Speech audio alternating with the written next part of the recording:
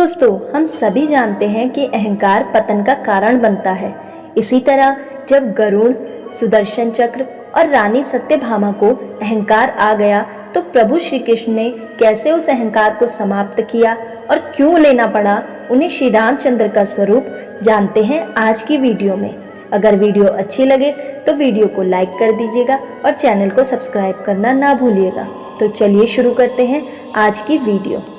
एक बार रानी सत्यभामा ने श्री कृष्ण से पूछा कि स्वामी, आपने त्रेता युग में जब श्री राम के रूप में अवतार लिया तो सीता जी आपकी पत्नी थी, तो क्या सीता मुझसे भी सुंदर थी? वहीं सभा में सुदर्शन चक्र और गरुड़ भी थे। सुदर्शन चक्र ने श्री कृष्ण से पूछा कि प्रभु, मैंने कई बड़े बड़े असुरों को मारा है, आपको विजय दिलाई है और मेरे सामने कोई टिक नहीं सकता।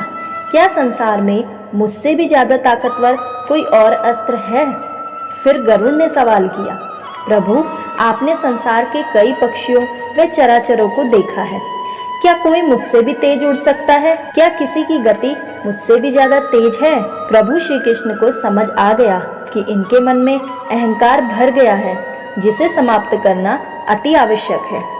तब प्रभु ने गरुड़ को आदेश दिया कि तुम हनुमान जी के पास जाओ और उनसे कहना, श्री राम और सीता जी आपका इंतजार कर रहे हैं। तब गरुड़ हनुमान जी को बुलाने उड़ चले।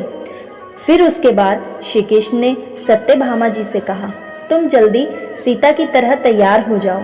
और कृष्ण भगवान ने श्री राम जी का रूप धारण कर लिया और सुदर्शन चक्र को आदेश दिया कि तुम महल के बाहर जाकर पहरा दो, कोई भी मेरे आज्ञा के बिना महल में प्रवेश ना करे। सुदर्शन चक्र प्रभु श्री कृष्ण की आज्ञा पाकर महल के द्वार पर तैनात हो गए। दूसरी तरफ गरुड़ हनुमान जी के पास पहुँचे और कहा, प्रभु श्री राम और माता सीता द्वारिका पधारे हैं और आपसे मिलने के इच्छुक हैं। आप मेरी पीठ पर बैठ जाइए, मैं आपको अति शीघ्र ही द्वारका पहुंचा दूंगा। हनुमान जी ने विनम्रता पूर्वक कहा, आप चलिए, मैं कुछ ही क्षणों में पहुंचता हूँ। गरुड़ ने सोचा, मुझे क्या, मैंने तो प्रभु की आज्ञा का पालन करना था, वो मैंने कर दिया। मैं जाकर प्रभु को सूचित कर देता हूँ।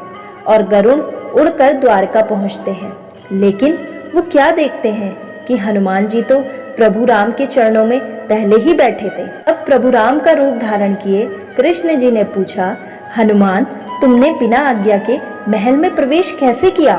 क्या किसी ने तुम्हें रोका नहीं? चुपचाप प्रभु के चरणों में बैठे हनुमान जी ने अपने मुख से सुदर्शन चक्र को निकाला और कहा, प्रभु, भला आपके दर्शन करने से मुझे कौन वंचित रख सकता है? इस चक्र ने भी कोशिश की थी, इसलिए मुझे ऐसा करना पड़ा, कृपया मुझे क्षमा करें। उसके बाद हनुमान जी ने पूछा, प्रभु, ये कैसी लीला है?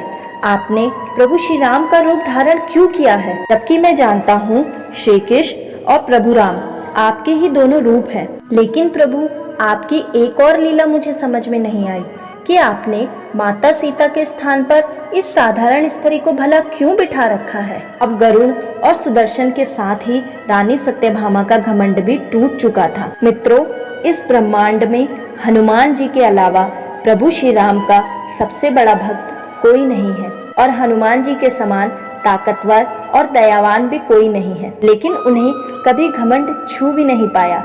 इसलिए राम जी ने हनुमान जी को भरत के समान प्रिय भी कहा था। दोस्तों, अहंकार नाश की जड़ है। यही अहंकार रावण की मृत्यु का कारण भी बना। मित्रों, अगर आप भी मानते हैं कि हनुमान जी के बराबर कोई अन्य भक्त नहीं है तो मुझे कमेंट बॉक्स में जरूर बताइएगा। मिलते हैं अगली वीडियो में, तब तक के लिए नमस्कार।